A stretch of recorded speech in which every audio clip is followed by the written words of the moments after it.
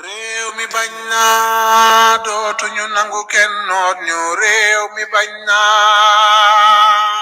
déet réew mi bañ naa déedéet dootuñu fe nangu bu mu jaam réew mi bañ naa dootuñu nangu kenn noot ñu réew mi bañ naa déet réew mi bañ naa déedéet dootuñu fe nangu bu mu jaam réew mi bañ naa dootuñu nangu kenn jaay nu réew mi bañ naa déet réew mi bañ naa déedéet dootuñu fi nangu bu mu jaam réew mi bañ naa dootuñu nangu kenn noonu réew mi bañ naa déet réew mi bañ naa déedéet dootuñu fi nangu bu mu jaam bi yoon lu ngeen di wax ñëw baax na si ñoom bu ñu toogoon seen pooju nday yi bañ marche kenn du leen boobu réew mi bañ naa déedéet dootuñu fi nangu bu mu jaam réew mi bañ naa dootuñu nangu kenn jaay nu réew mi bañ naa déet réew mi bañ naa déedéet dootuñu fi nangu bu mu jaam réew mi bañ naa dootuñu nangu kenn noonu réew mi bañ naa déet réew mi bañ naa déedéet dootuñu fi nangu bu mu jaam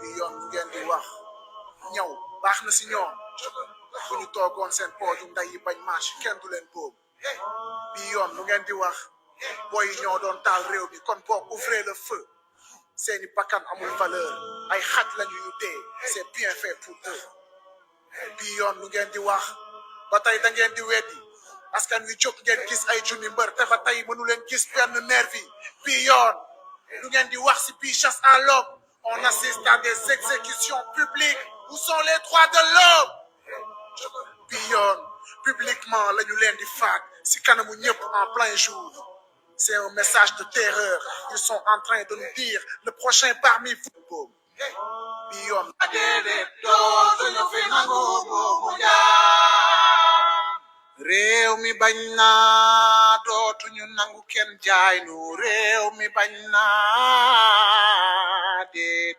réew mi bañ naa déedéet dootuñu fi nangu bu mu jaam réew mi bañ naa dootuñu nangu kenn noonu réew mi bañ naa déet réew mi bañ naa déedéet dootuñu fi nangu bu mu jaam bi yoon lu ngeen di wax ñëw baax na si ñoom bu ñu toogoon seen pooju nday yi bañ marche kenn du leen boobu bi yoon lu ngeen di wax booy yi ñoo doon taal réew mi kon boog ouvrez le feu seeni bakkan amul valeur ay xaj lañu yu dee c'est bien fait pour eux bi yoon lu ngeen di wax ba tey da ngeen di weddi askan wi jóg ngeen gis ay junni mbër te ba tey mënu leen gis benn nervi bi yoon lu ngeen di wax si bii chasse à l'homme on assiste à des exécutions publiques où sont les droits de l'homme bi yoon publiquement la ñu leen di faat si kanamu ñëpp en plein jour c'est un message de terreur ils sont en train de nous dire le prochain parmi vous qui ose manifester ce sera à son tour hey frère ils veulent qu'on voit tout ça c'est une mise en scène macabre et sanguinaire ils veulent qu'on voit tout le sang de nos frères pour qu'on arrête de réclamer justice et surtout qu'on arrête nos chants révolutionnaires hey bokk ça du yaa ngi gis kii tànge ni muy yoote di raam si biir dënn yaa ngi gis ñu ngi lay préparer psychologiquement si jamonoy dictature yi nu nar a jëm alors qui terrorise qui les mots sont importants le mot terrorisme ne sort pas de leur discours par hasard tous les leaders d'opinion et les presses les plus libres sont sous leur radar pourquoi ceux qui sont assis sur notre pétrole parlent de terrorisme quand le peuple s'exprime et toi t'es dans leur camp t'es avec eux hein t'es avec ceux qui nous oppriment la balle est dans ton camp les armes sont dans leurs mains et les balles sont dans nos cœurs Et les balles sont dans nos peurs. Et les balles sont dans nos pleurs. Mais nous, on a choisi de résister. Aller au-delà de nos peurs. Aller au-delà de nos terreurs. Réfléchis. Réew mi bañ naa déedéet dootuñu fi nangu bu mu jaam. Réew mi bañ naa dootuñu nangu kenn noonu. Réew mi bañ naa déedéet. Réew mi bañ naa déedéet dootuñu fi nangu bu mu jaam. Bi yoon bu ngeen di wax ñëw baax na si ñoom. bu ñu toogoon seen pooju nday yi bañ marche kenn du leen boobu bii yoon lu ngeen di wax booy yi ñoo doon taal réew mi kon boog ouvrez le feu seeni bakkan amul valeur ay xaj lañu yu dee c'est bien fait pour eux bii yoon lu ngeen di wax ba tey da ngeen di weddi askan wi jóg ngeen gis ay junni mbër te ba tey mënu leen gis benn nervi bii yoon lu ngeen di wax si bii chasse à l'homme on assiste à des exécutions publiques où sont les droits de l'homme bii yoon publiquement la ñu leen di faat si kanamu ñëpp en plein jour c'est un message de terreur ils sont en train de nous dire le prochain parmi vous qui ose manifester ce sera à son tour hey frère ils veulent qu'on voit tout ça c'est une mise en scène macabre et sanguinaire réew mi bañ naa déedéet dootuñu fi nangu foofu jaam réew mi bañ naa dootuñu nangu kenn jaay nu réew mi bañ naa déet réew mi bañ naa déedéet dootuñu fi nangu bu mu jaam réew mi bañ naa dootuñu nangu kenn noonu réew mi bañ naa déet bañ naa déedéet dootuñu fi nangu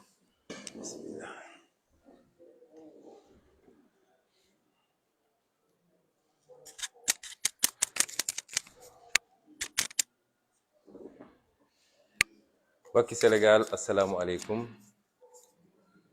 ñoo dellu si ci diir bu gàtt donte tàmbaluñu leen noonu loolu fas yéene waxtaan ak yéen ci lu gàtt tey mooy tey Sénégal ak àdduna yépp ñoo dundandoo ñoo gisandoo li xew fii ci département de Mbour rawatina ci commune de Joal Fadiouth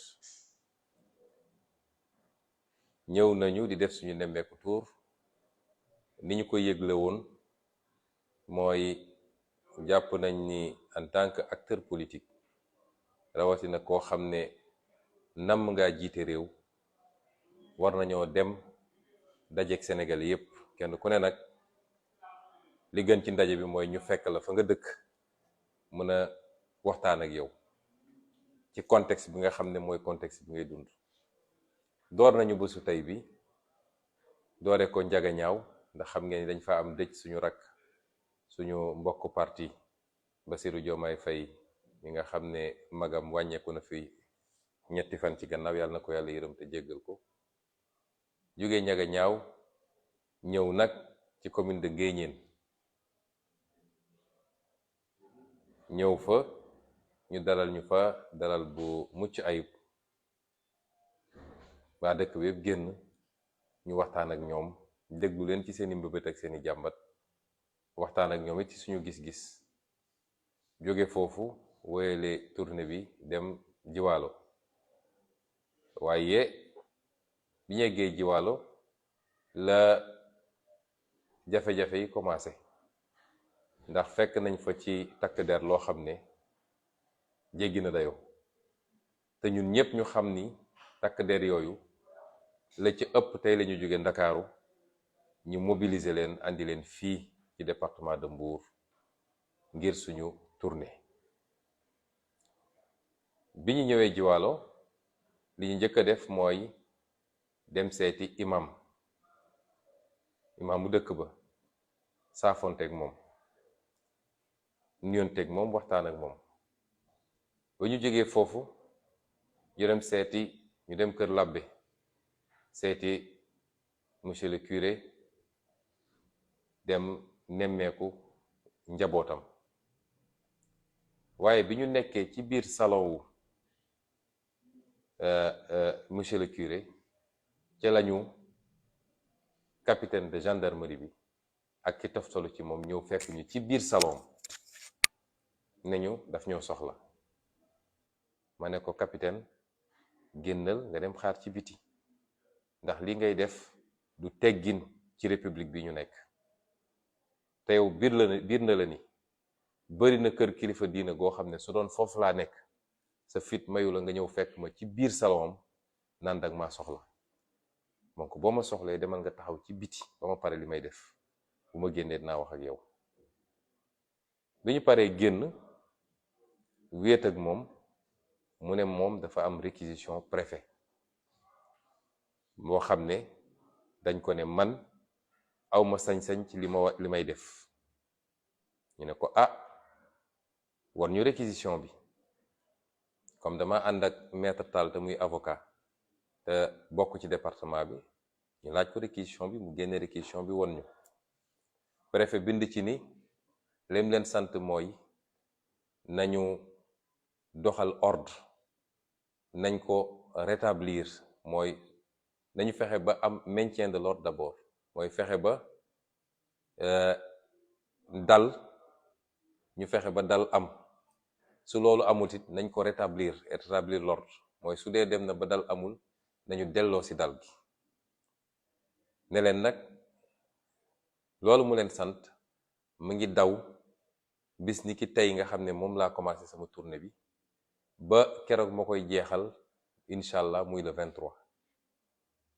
ma ne ko capitaine man lii gisuma lu ko fi jar ndax man gisuma lu fi perturber ordre bi ma ñëwee dëggu ci dëkk bi ba léegi imam laa seeti, jóge ci imam ñëw seeti monsieur le curé, te su ma jógee fii ñu toogal fii xalif général des mourides lay seeti. bu ma jógee foofu am na ay mbokk yu nekk fi ma seeti leen, bu ma ci paree dinaa dem fële ca quai de pêche bi ci port ba. man gisuma lu fi andi perturbation. mu ne ma waaw attroupement dafa am fii ci buntu jàngu bi. ma ne ko su attroupement mi man daanaka kenn dégguma ma woo kenn ne ko génnal. yàllaa def nag ma ne ko yow capitaine su ma ñëwoon seet si la sa kër mun naa ñëw gaare oto dugg man dong, waaye balaa may génn attroupement dina am foofu. waa koñ bi bu ñu yéegee ni Ousmane Sonko ngi fi ñu bari dinañ génn ñëw taxaw. loolu nag yàllaa ko def, mënuma ci dara. yàllaa ko def dama ko koy sante ndax du sama mérite. man soxlawuma organiser ay film ak ay théâtre ci VDN bi di génne ay nit taxaw pour ñu waxal ma. yàllaa ma may loolu. su ma génnoon taxaw fii léegi ci buntu kër gi koñ bi fees del, dama koy sante yàlla.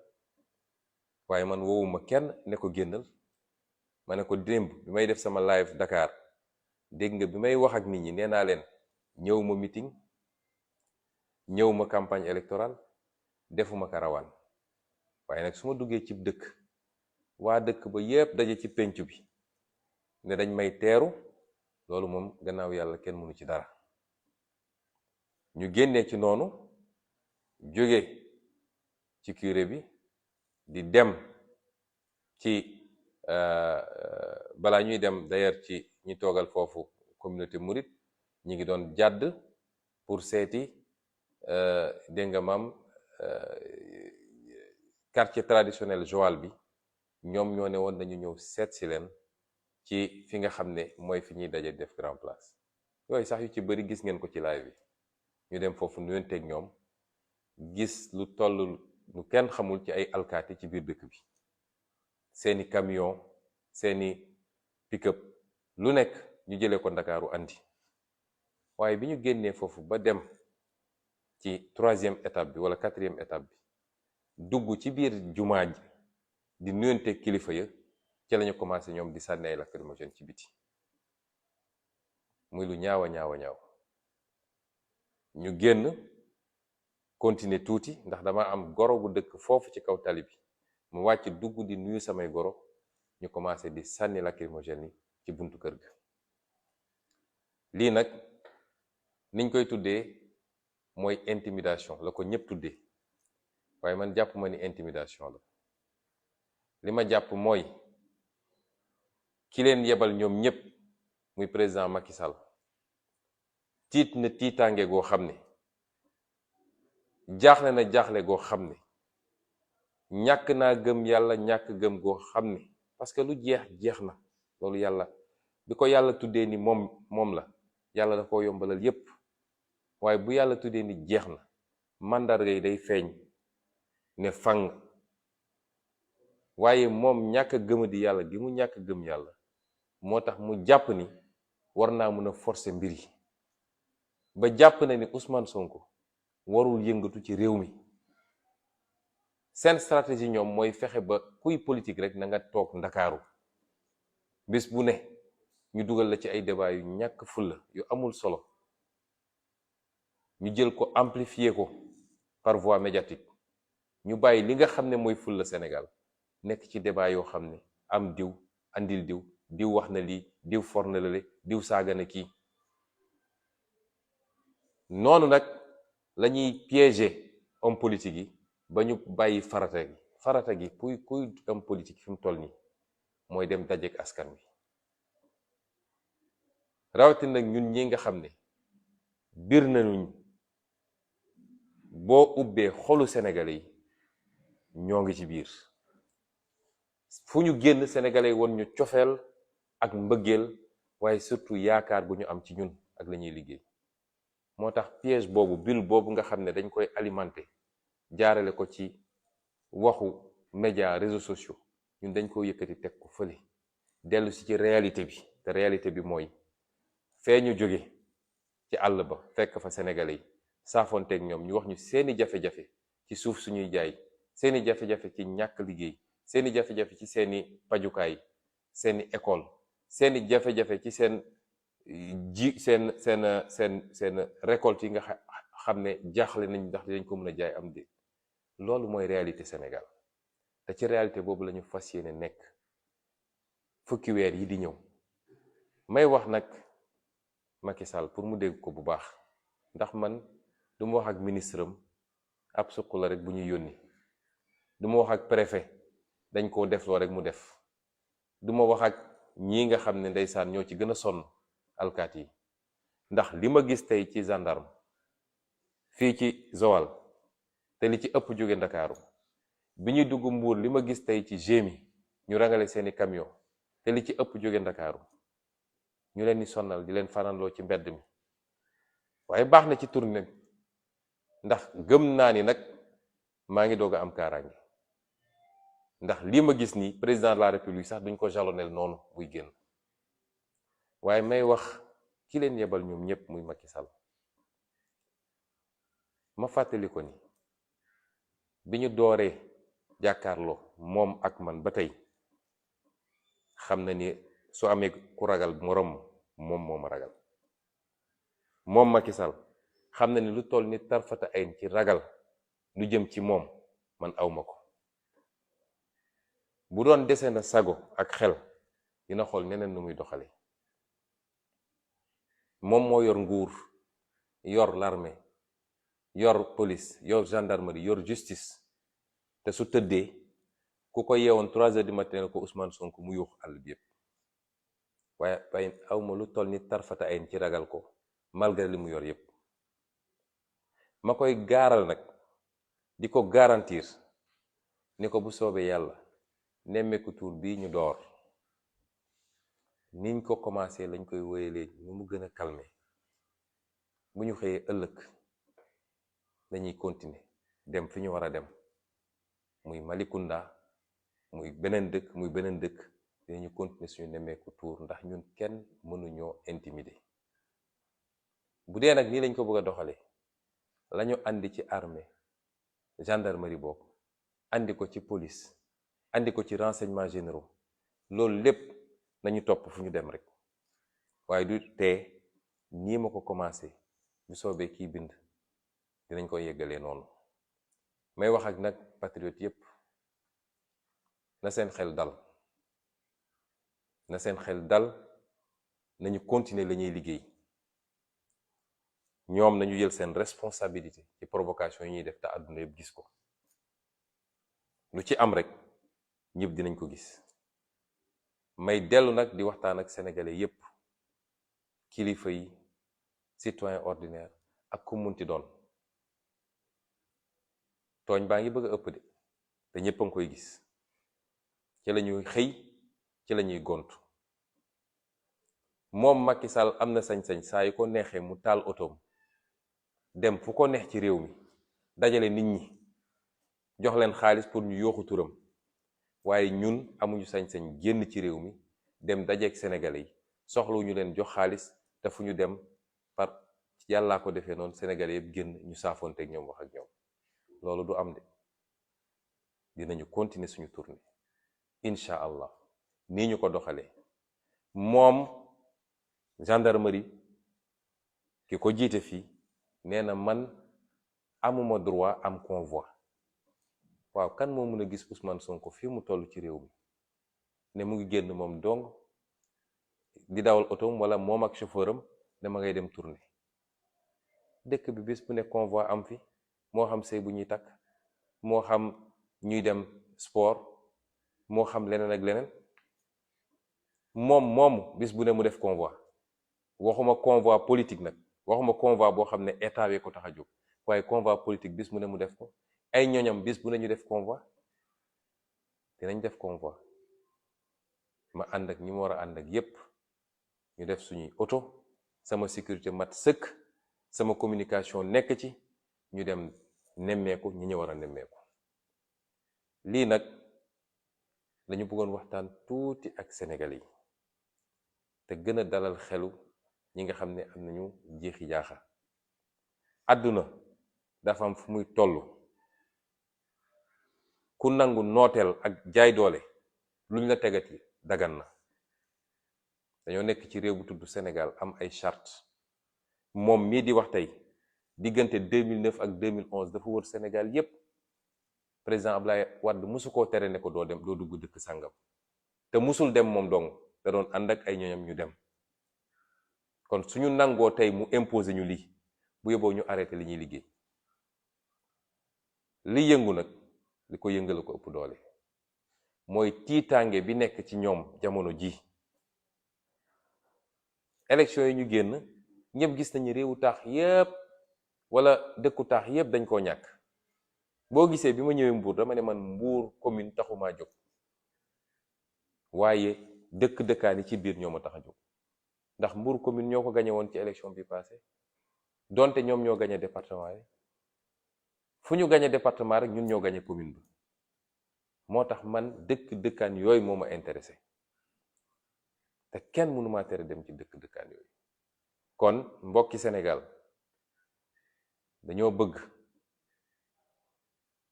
ku am kàddu war a mën a wax ak Macky Sall ne ko li mu nekkee du dëgg na waxtaan ak moom, ndax moom mooy taal fitna ci réew mi.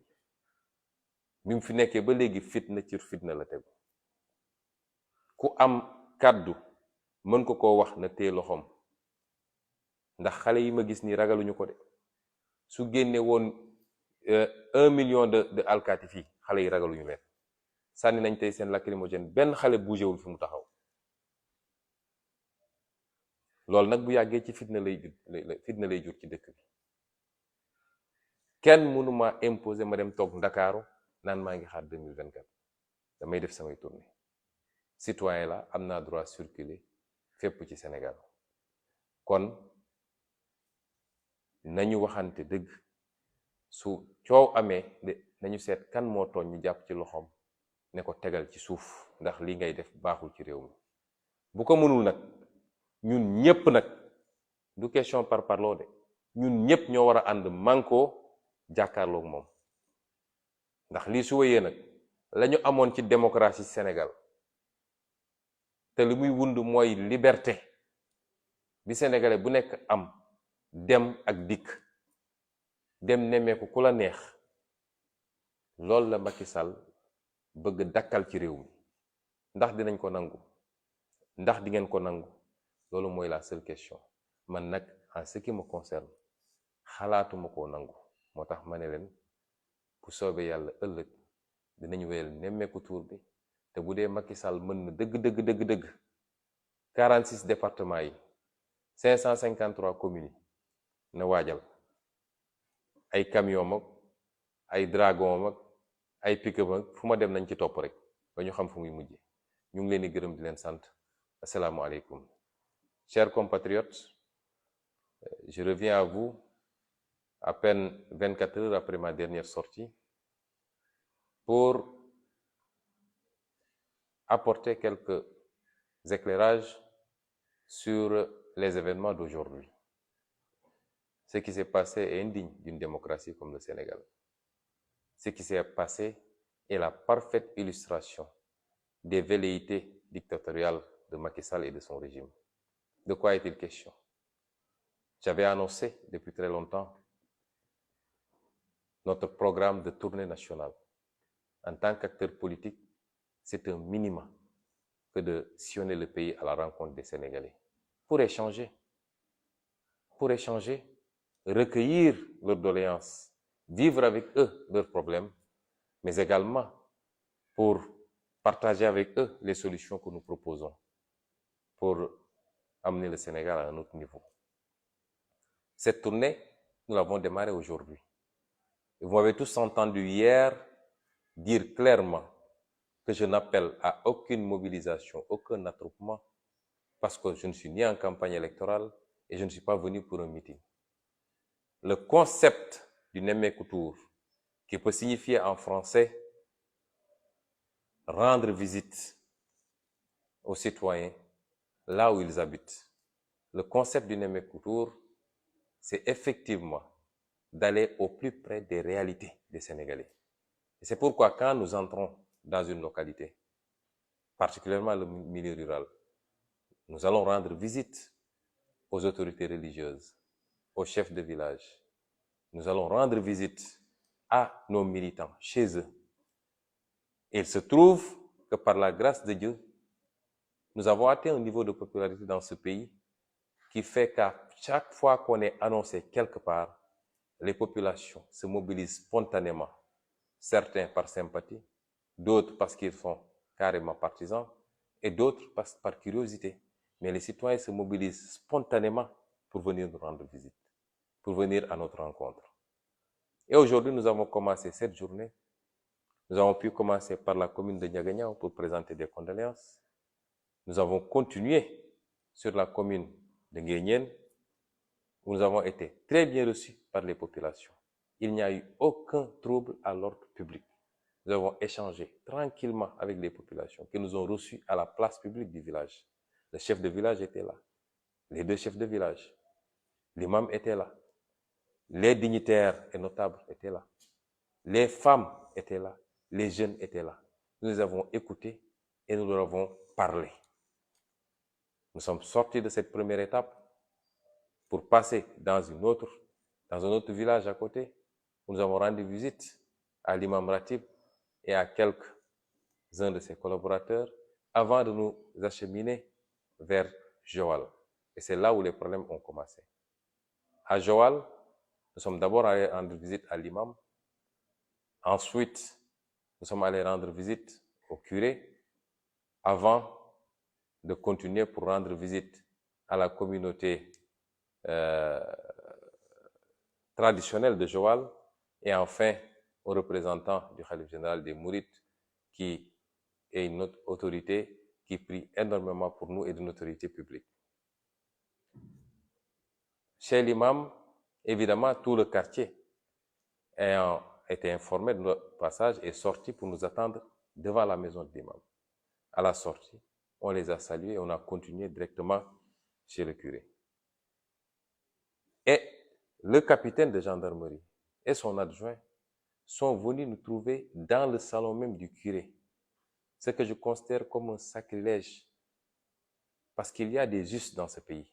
Et il faut qu'on respecte un certain nombre de paramètres.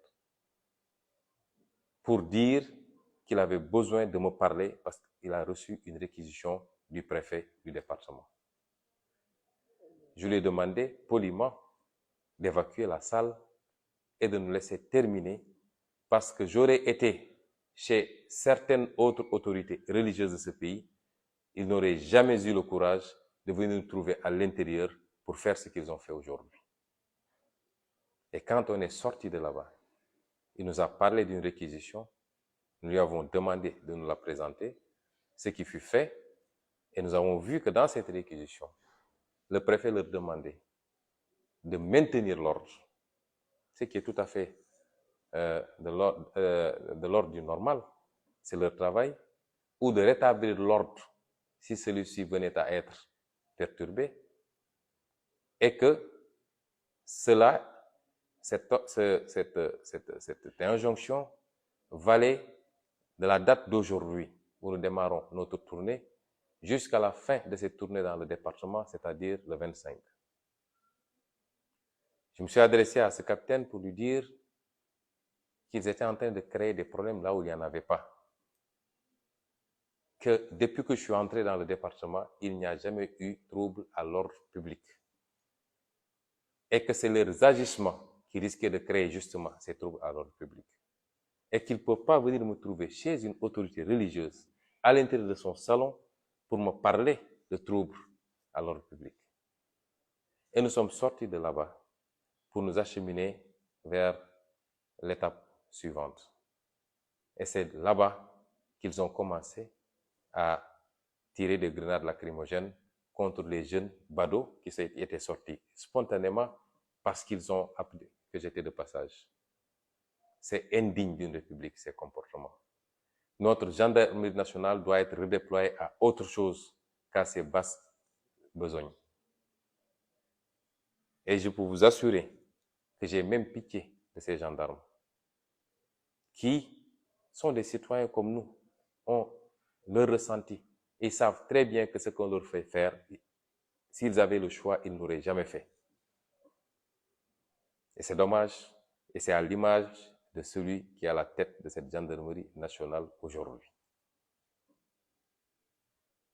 C'est dommage parce que c'est la gendarmerie aujourd'hui qui trouble l'ordre public au lieu de le maintenir.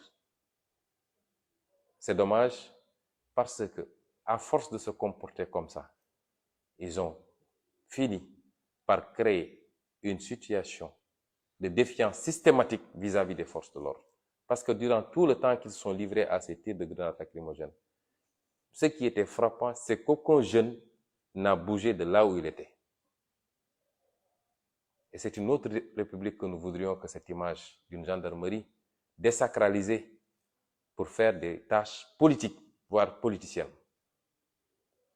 Mais ce que je voudrais dire à M. Macky Sall, parce que je ne m'adresserai pas à tout le reste de la chaîne, ils ne sont pas mes alter ego, ni mes interlocuteurs, c'est qu'il perd son temps. Depuis 7 ans qu'on se fait face, s'il n'a pas encore compris qu'il ne m'inspire aucune peur quand je le vois agir ou parler, c'est un tout autre sentiment qui m'anime que la peur. De lui et de moi, s'il y a quelqu'un qui éprouve ce sentiment de peur vis-à-vis de l'autre, tous les Sénégalais savent que c'est Macky Sall. Caché derrière sa gendarmerie, caché derrière sa police, caché derrière sa justice, caché derrière ses renseignements généraux, caché derrière ses partenaires étrangers qui lui donnent tout ce qu'il veut en termes de moyens de répression. Mais malgré tout, il est passé même de la paranoïa à la schizophrénie. Parce que ces comportements sont des comportements schizophrènes. Et je voudrais demander à tous ceux qui, dans ce pays, sont épris de justice, mais surtout de paix, tous ceux qui tiennent à la stabilité de ce pays, je voudrais leur demander, en tout cas à tous ceux qui peuvent avoir la possibilité de lui parler, de le ramener à la raison. Parce que ce pays ne sera jamais transformé en une dictature. Les Sénégalais se sont beaucoup battus pour avoir ce niveau de démocratie que nous envie tout le monde. Et ce ne sera pas avec Macky Sall qu'on tombera dans une ère de dictature. La Constitution garantit un certain nombre de libertés, parmi lesquelles la liberté d'aller et de venir, la liberté de réunion, et la liberté d'association. Macky Sall n'est pas au-dessus de la Constitution. Lui, il peut se permettre d'organiser ses balades quand il veut, des simulacres de balades, des mises en scène dignes du Grand Théâtre ou de Sorano. Mais nous n'avons pas le droit d'organiser nos sorties. Et si c'est un crime aujourd'hui d'être populaire, nous sommes d'accord d'être pénalisés. Nous n'avons pas besoin d'appeler les Sénégalais pour qu'ils sortent. Par la grâce de Dieu, nous avons atteint ce niveau. Je le dis sans pédanterie, je le dis avec toute l'humilité qu'il faut, mais c'est ça la réalité aujourd'hui au Sénégal. Et je continuerai avec tout mon staff, parce que la gendarmerie nous dit que nous n'avons pas le droit d'avoir un convoi. Au nom de quoi? Je ferai une tournée nationale dans une seule voiture, moi seul Ousmane Sonko, ou moi et mon chauffeur et un garde du corps. Jamais. Je rappellerai aux Sénégalais et au monde entier que de 2009 à 2012, Macky Sall a fait le tour du Sénégal. Lui-même, il s'en vante en disant qu'il a fait plus de 4000 villages ou je ne sais pas quel autre chiffre. Il a fait le tour du Sénégal. Ce que je suis en train de faire, Abdoulaye Wade ne lui a jamais interdit de faire ces tournées-là. De 2009 à 2012. Et aujourd'hui, il veut nous interdire à nous de faire ces tournées. Au nom de quoi? En réalité, cette schizophrénie cache mal une réalité. C'est que dans leur stratégie, ils ont toujours voulu cantonner l'opposition à Dakar, créant tous les jours un nouveau sujet de débat futile, amplifié par les médias et les réseaux sociaux. Des débats qui relèvent plus du fait divers que de la réalité du vécu des Sénégalais. Et c'était ça leur stratégie. Parce qu'ils savent très bien qu'ils ont perdu ce pays, qu'ils ont perdu l'estime des Sénégalais, et que nous, de l'opposition, qui avons gagné cette estime, il ne nous reste qu'à aller à la rencontre des Sénégalais pour parachever le travail. Et c'est ça qui leur fait cette peur bleue, qui les amène à se comporter de cette manière-là. Lui, il a annoncé ces tournées économiques, qui ne sont que des tournées politiques déguisées. Et moi, je n'ai pas le droit de faire des tournées. L'injustice a atteint un niveau extrêmement grave dans ce pays. Les gens ont l'habitude de regarder faire, et dès qu'on réagit, ils essaient de nous coller l'étiquette de violence. S'il y a des non-violents dans ce pays, c'est nous. Nous sommes toujours attaqués. Nous sommes tués. Nous sommes emprisonnés. Nous sommes empêchés de circuler. Aux yeux et aux yeux de tout le monde. Et il suffit qu'on réagisse une seule fois pour qu'on dise qu'on est violent. Et je voudrais rassurer les Sénégalais enfin que nous allons tranquillement continuer cette tournée. Demain, s'il plaît à Dieu. Ce qu'ils ont déversé ici à Mbour en termes de gendarmes et de GMI, je crois que s'il arrivait quelque chose à Dakar, ils n'auraient pas suffisamment de troupes pour réagir. Mais ça ne passe pas parce qu'ils ne peuvent pas nous intimider. Demain, nous allons continuer tranquillement notre tournée dans les communes qui sont prévues. Nguyen, Panguyen, Malikunda et autres. Certainement, peut-être les communes du sud du département. Et nous la tiendrons comme nous l'avons démarré aujourd'hui. S'ils peuvent nous suivre avec ces pelotons de gendarmes, de GMI, tous ces camions, ces pick-up, tant mieux, ils n'ont qu'à nous suivre. Mais rien ni personne ne pourra nous empêcher, s'il plaît à Dieu, de continuer cette tournée sur l'ensemble du territoire national. Le Nemmekou Tour continue de plus belle. Sénégalais et Sénégalaises, je vous remercie et vous souhaite une bonne soirée. Merci.